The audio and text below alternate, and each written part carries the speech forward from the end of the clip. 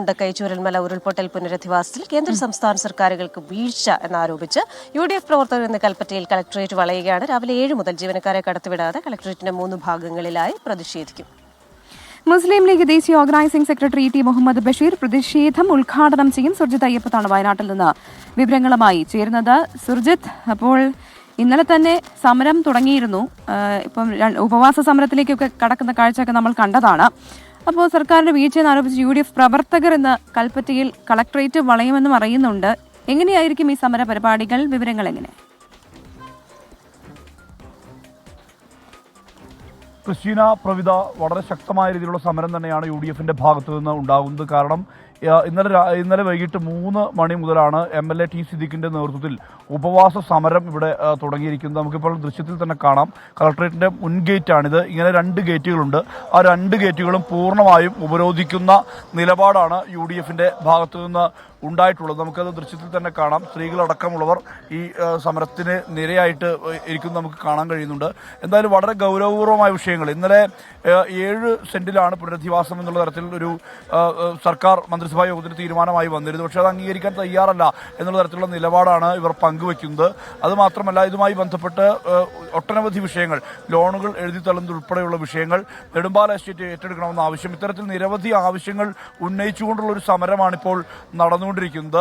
ഇന്ന് രാവിലെ 7 മണി മുതൽ തന്നെ ഉപരോധം തുടങ്ങും എന്നുള്ളതാണ് ഔദ്യോഗികമായി അറിയിച്ചിട്ടുള്ളത്. രാവിലെ 7 മണിക്ക് ഉപരോധം തുടങ്ങുന്ന ഘട്ടത്തിൽ സ്വാഭാവികമായും പിന്നീട് ഒരു ജീവനക്കാരെ പോലും അകത്ത് കടത്താത്ത തരത്തിലുള്ള ആ ഒരു നിലപാടിലേക്ക് കടക്കുമെന്നുള്ളതാണ് പറഞ്ഞിട്ടുള്ളത്. ടി സിദ്ദീഖ് MLA തന്നെ നമ്മോടൊപ്പം ചേരുകയാണ്. ഇന്ന് ഒരു ജീവനക്കാരെ പോലും കടത്താത്ത വിധത്തിലുള്ള സമരമായിരിക്കും. ഞങ്ങളിന്ന് കളക്ടറേറ്റ് വളയൽ സമരം കാലത്ത് 6 മണിയോടുകൂടി തന്നെ ഇവിടെ ആരംഭിച്ചു.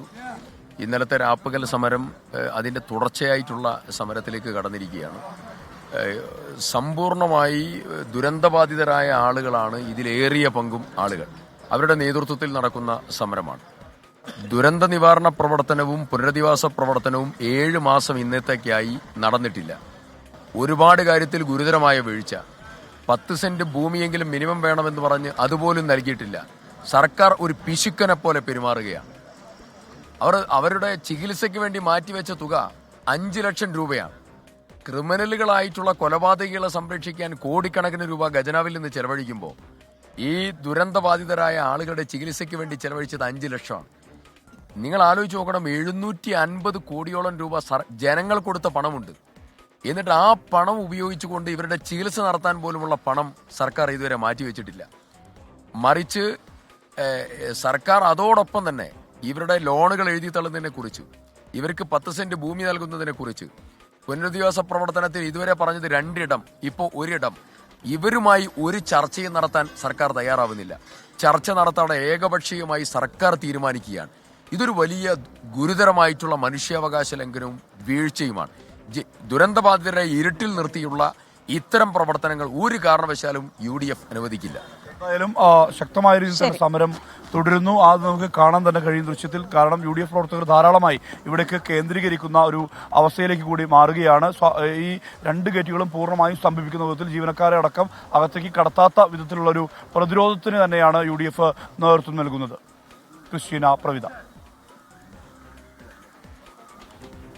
ശരി, സുർജിത് അയ്യപ്പത്താണ് വിവരങ്ങൾ നൽകിയത്.